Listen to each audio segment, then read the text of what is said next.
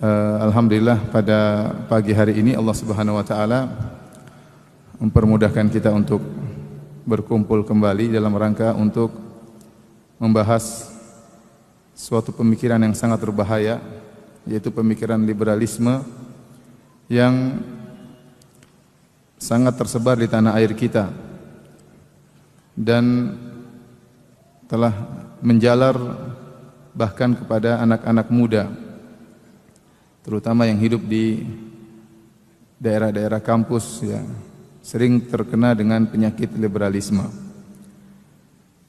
Lebih ngerinya lagi tatkala ada sebuah buku yang judulnya 50 tokoh pengusung liberalisme, pluralisme dan lain-lainnya. Dan saya punya buku tersebut.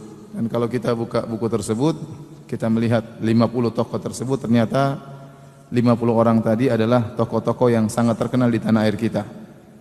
Sebagiannya diberi gelar dengan guru bangsa dan yang lainnya.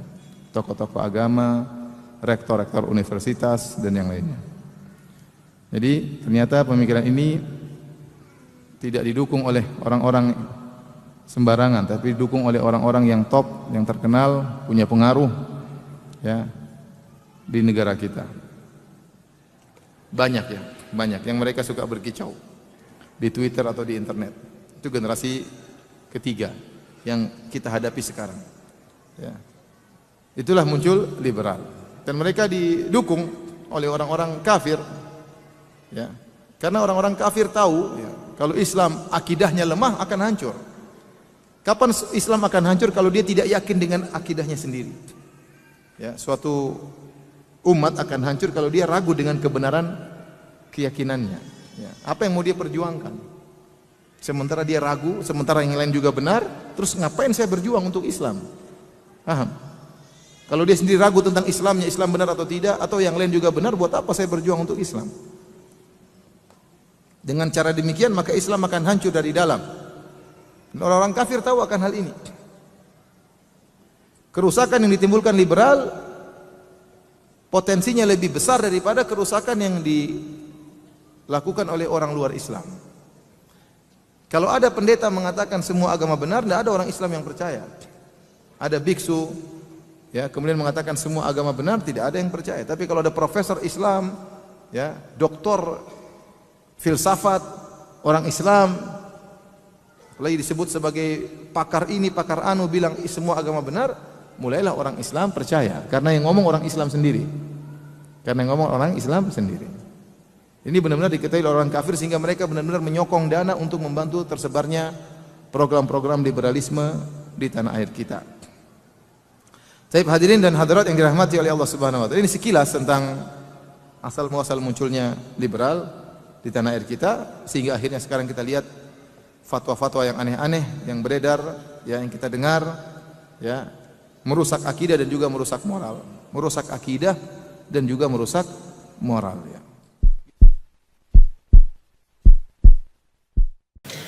Kenapa hilang tulisannya? Oh, ini whiteboardnya agak unik. Ketika saya ingin dihapus, tidak dihapus. Ketika saya tidak menginginkan dihapus, hilang tulisannya. Ambil baiknya, buang buruknya. Baik. Semoga Allah ampuni dosanya. Saya mesti nulis lagi. Tadi secara logika, jadi kita, maksud saya begini, logika selesaikan dengan logika lagi. Kadang-kadang tidak perlu banyak dalil untuk melawan logika yang salah. Sesuatu yang salah itu sederhana, selesai, nggak perlu banyak dalil. Saya pernah ditanya Ustadz, ini orang liberal, Ustadz, fungsi sholat itu mencegah perbuatan keji dan mungkar. Dia turunkan dalil, Quran surah 29 ayat 45. Inna sholata tanha 'anil fahsya'i wal munkar. Sekarang saya sudah bisa menata diri menjauhi perbuatan keji dan mungkar. Berarti saya sudah tidak perlu sholat lagi. Saya katakan maaf mas, meninggalkan sholat termasuk perbuatan mungkar. Selesai. Paham? Dia katakan saya sudah bebas dari perbuatan keji dan mungkar, tidak perlu sholat lagi. Kami jawab meninggalkan sholat itu perbuatan mungkar. Jadi kalau anda meninggalkan sholat berarti anda belum terbebas dari perbuatan mungkar. Artinya anda masih harus terus menunaikan sholat sampai dengan kembali kepada Allah Subhanahu wa Ta'ala. Paham sampai sini? Saya di Hamburg beberapa waktu lalu disoal juga oleh orang liberal. Ustadz, kenapa tidak ada nabi perempuan? Kemudian dia bercanda, kalau ada namanya Nabiyah ya bukan nabi. Bukan. Dulu nabinya laki-laki, itu yang namanya perempuan. Dulu nabinya laki-laki karena perempuannya seperti Sayyidah Khadijah, Sayyidah Aisyah. Sekarang Anda nanya nabinya perempuan karena orangnya seperti Anda. Jadi kalau Anda ingin belajar, Anda mesti cari guru-guru yang benar, yang menyampaikan pengetahuan-pengetahuan yang itu tersambung sanadnya ke Nabi SAW. Dapat dari si fulan, dapat dari si fulan, dapat dari si fulan, itu sanad. Nah, kalau Anda memahami nilai pengetahuannya yang membimbing kita dalam beraktivitas, itu pengetahuannya disebut dengan isnad namanya. Nah, kata para ulama, pastikan kalau Anda ingin belajar, cari guru-guru yang ketika menyampaikan nilai-nilai pengetahuan, itu bisa dipertanggungjawabkan benar secara urutan sampai kepada Nabi SAW. Kenapa pentingnya? Karena ketika Anda belajar keliru, maka praktek ibadahnya, ad-dinnya itu bisa salah. Baik, contoh. Apa artinya ad-din? Agama. Apa artinya agama? Ad-din. Apa artinya ad-din? Agama. Apa artinya agama? Ad-din. Baik. Sudah. Kita kembalikan kepada Allah. Ya Allah, apa itu ad-din? Turun Quran surah ketiga ayat 19. Inna ad-dina 'indallahil Islam.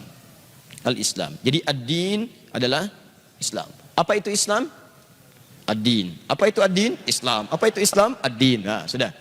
Kembalikan kemudian keterangan Allah yang disampaikan pada Rasulullah terdapat di hadis Muslim nomor hadis yang ke-8, dikutip oleh Imam An-Nawawi dalam kitab Al-Arba'in nomor hadis yang kedua.